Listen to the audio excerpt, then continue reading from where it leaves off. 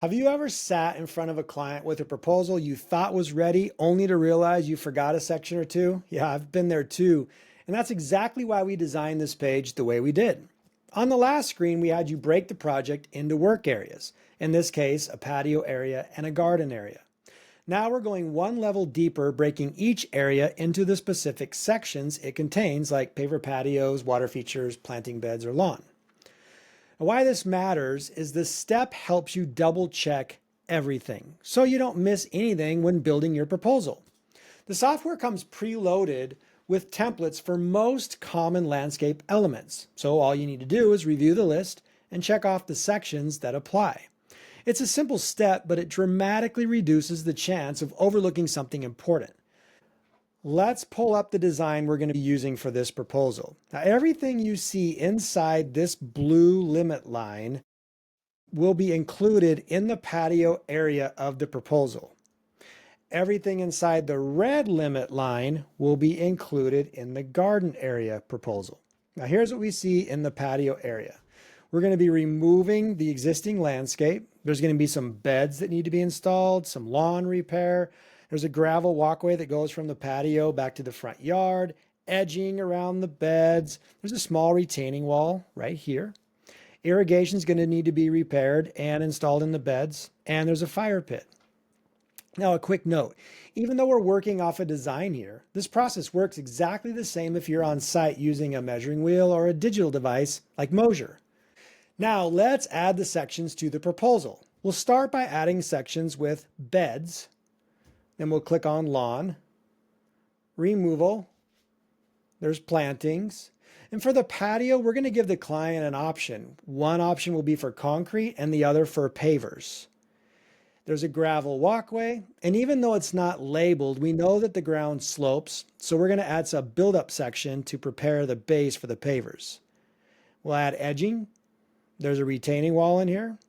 There's some irrigation repair, and we're going to add drip to the beds. Now, you'll also see two options for project overhead. One version with markup and one version without markup. This gives you flexibility in how you want to account for job-wide costs. Project overhead is where you can add things that are necessary to complete the job but don't really belong in a specific section. Here's some common examples. Portable toilet rental, mobilization and demobilization, job site cleanup, hotel and per diem for out-of-town projects, delivery charges for materials or equipment. Now, here's a tip. We highly recommend renaming this section to something more professional or brand specific, and we'll go over how to rename it in a later video. Now, this design has a fire pit, but as you can see, there isn't a template for it in the list. And there's no problem. Just click the little plus button right here and type in fire pit. And then once you're done, hit enter. And you've now created a new custom section. We'll show you how to build that out and save it as a template in another video. Now, if this is your first time using the software, you won't see any of these down arrows next to the section names yet. That's because you haven't created any templates. As soon as you do, those arrows will show up and you'll be able to click and choose from your saved templates. We'll go over that process in another video as well. Now, let's switch to the garden area. Now, as I said earlier, everything in the red limit line will be included in this part of the proposal. In the garden area, we're going to be bidding beds, so we'll click on that. Then click on lawn.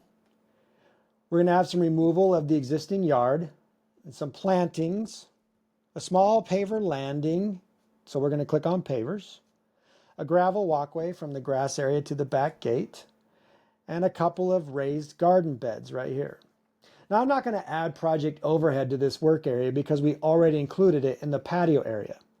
And again, there's no default template for raised garden beds, so we're going to create one exactly the same way we did for the fire pit.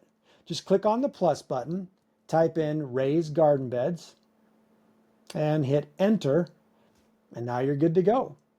We'll show you how to build that section out in a future video as well. Now, once you've confirmed that all the right sections are selected for each work area, go ahead and click the next button at the bottom of the screen. That'll take you to the section builder where we'll start putting real numbers to this proposal. And hey, if you realize later that you forgot a section or even entire landscape work area, No worries. We'll show you exactly how to add it in the next several videos.